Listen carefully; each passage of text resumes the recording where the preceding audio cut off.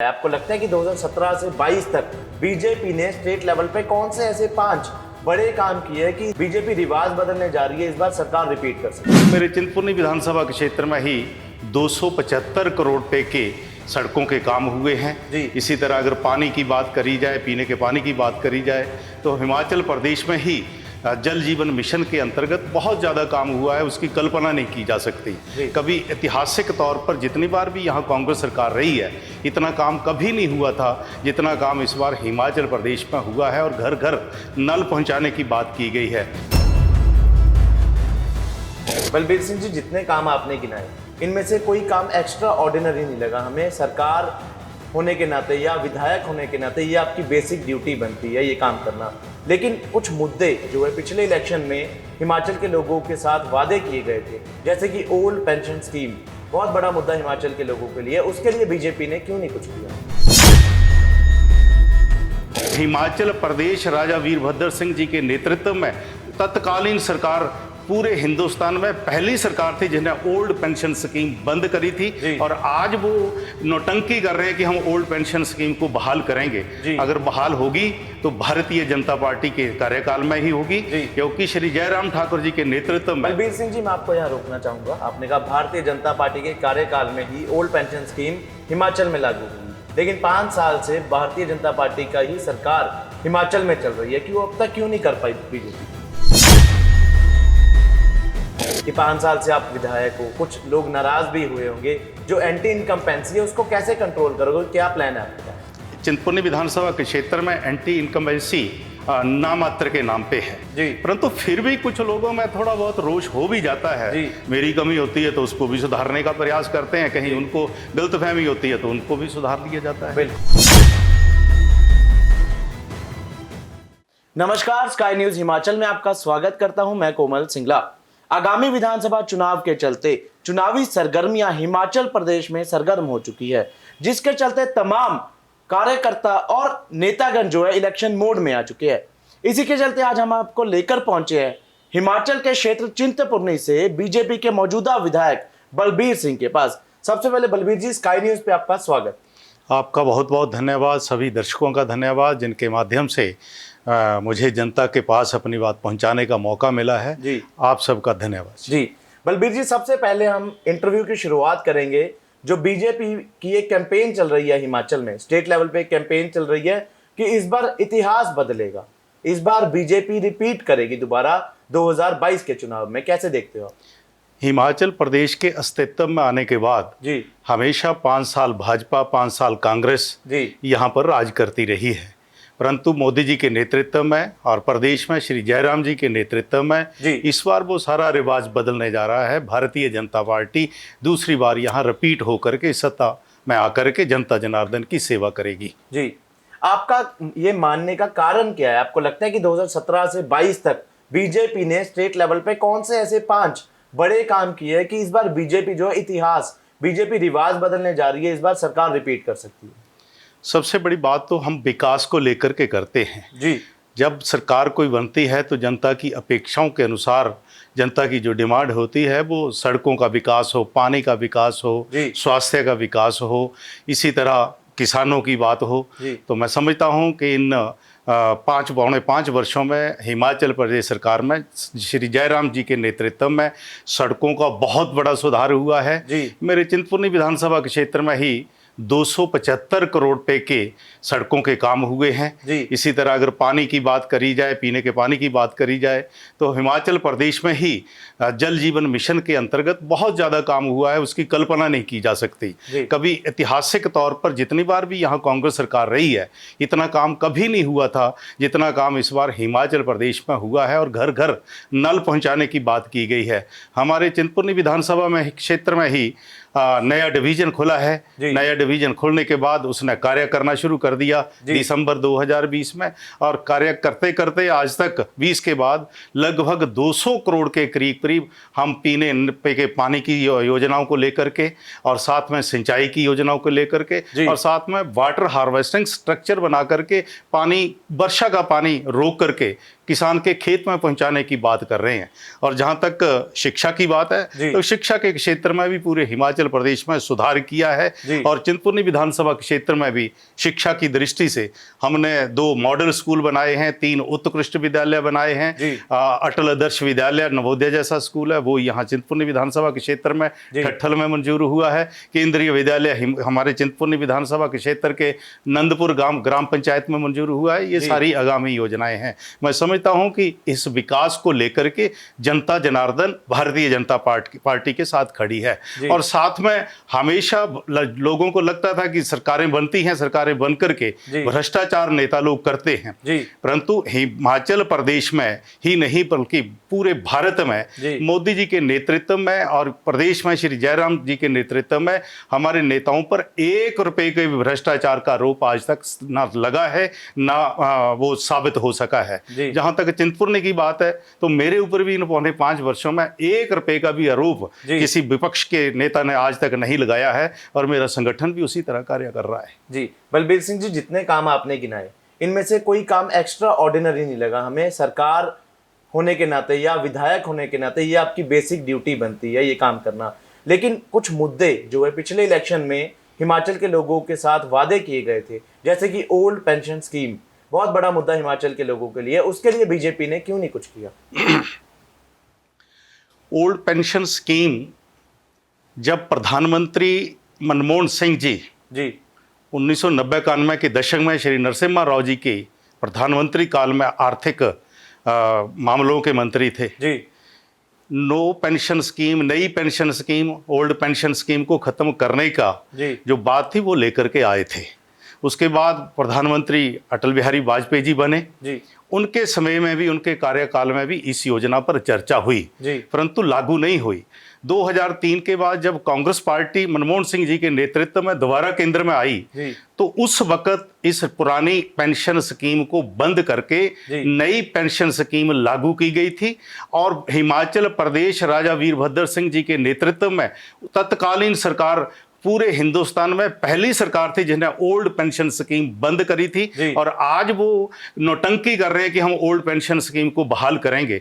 अगर बहाल होगी तो भारतीय जनता पार्टी के कार्यकाल में ही होगी, क्योंकि श्री जयराम ठाकुर जी के नेतृत्व में। बलबीर सिंह जी, मैं आपको यहाँ रोकना चाहूंगा। आपने कहा भारतीय जनता पार्टी के कार्यकाल में ही ओल्ड पेंशन स्कीम हिमाचल में लागू हुई, लेकिन 5 साल से भारतीय जनता पार्टी का ही सरकार हिमाचल में चल रही है, क्यों अब तक क्यों नहीं कर पाई बीजेपी? कर्मचारियों ने 5 साल पहले ये डिमांड नहीं करी थी। अब चुनाव सिर पे हैं तो उन चुनावों को देखते हुए ही कर्मचारियों ने डिमांड की है। हम इस डिमांड्स को दरकिनार नहीं करते हैं, परंतु हमने प्रदेश पे मुख्य सचिव के नेतृत्व में 3 सदस्यीय दल इस पर चर्चा कर रहा है, इस पर आकलन कर रहा है। हो सकता है कि वो इसके पक्ष में फैसला करेगा तो आने वाले समय में ओल्ड पेंशन स्कीम लागू हो सकती है।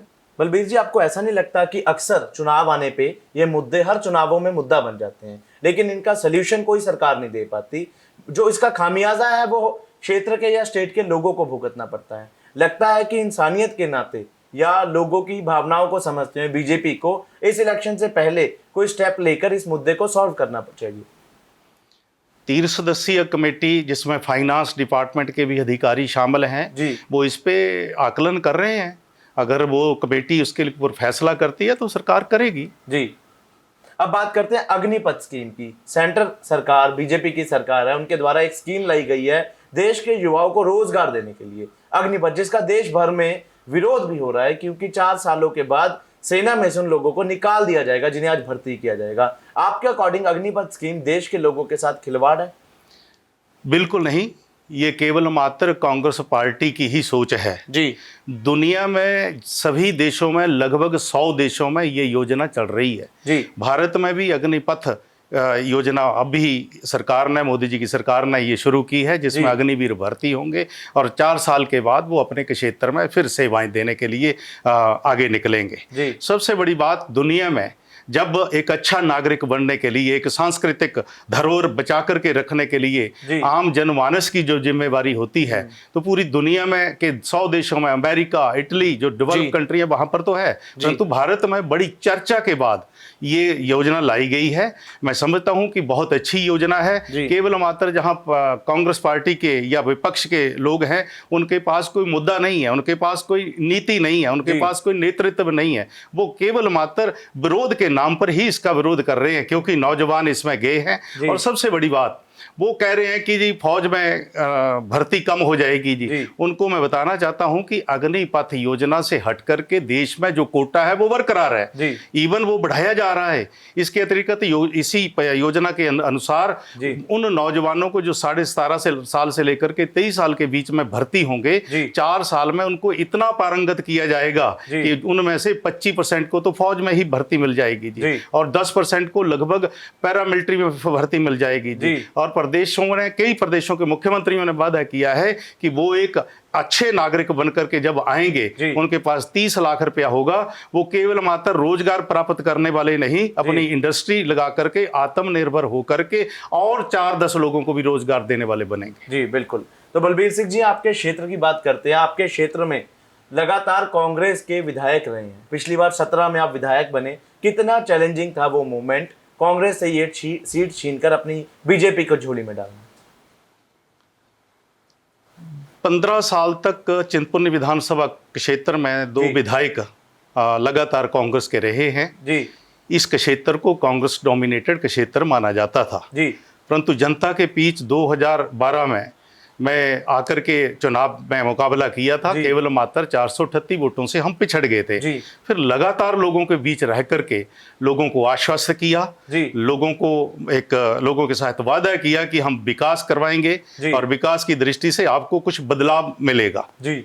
उसके बाद जनता जनार्दन ने 8,500 वोटों से ज्यादा जिता करके 2017 में मुझे विधानसभा में भेजा जी। मुझे विरासत में विकास के नाम पर कोई चीज यहाँ पर ज्यादा कुछ नहीं मिल पाया था, केवल मात्र 8.5 करोड़ रुपया पीडब्ल्यू विभाग का कर्ज था।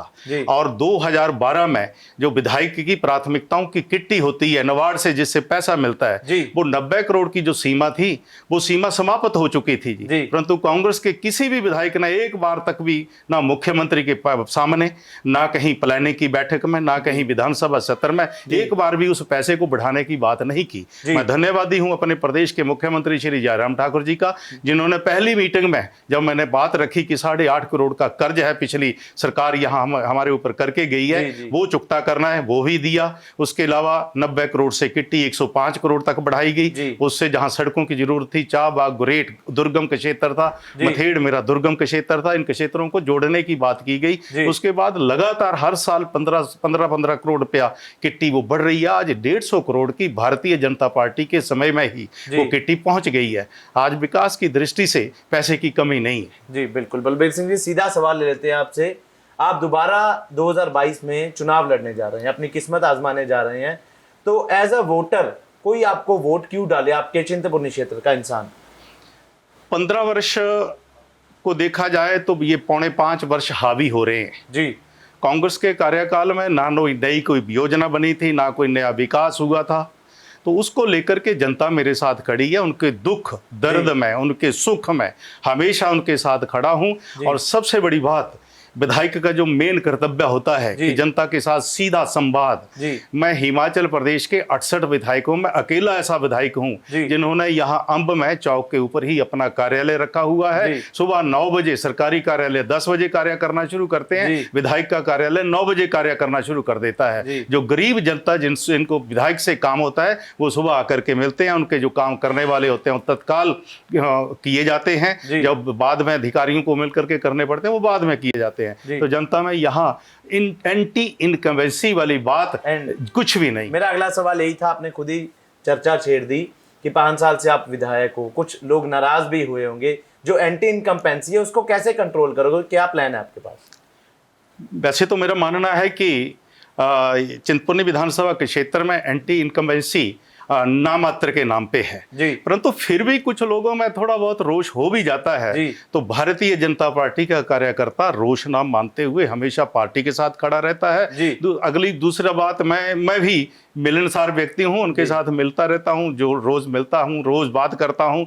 विकास के नाम पर कभी मेरी कमी होती है तो उसको भी सुधारने का प्रयास करते हैं, कहीं उनको गलतफहमी होती है तो उनको भी सुधार लिया जाता है। बिल्कुल बिल्कुल। तो बहुत बहुत धन्यवाद बलबीर सिंह जी। बलबीर सिंह ने अपने चुनावी सफर में से कीमती समय हमें दिया और इनका मानना है कि चिंतपूर्णी क्षेत्र में पिछले 5 साल में जो विकास हुए हैं उनके चलते चिंतपूर्णी क्षेत्र के लोग इस बार इनको दोबारा मौका जरूर देंगे। कैमरा पर्सन परवीन के साथ कोमल सिंगला, स्काई न्यूज, हिमाचल।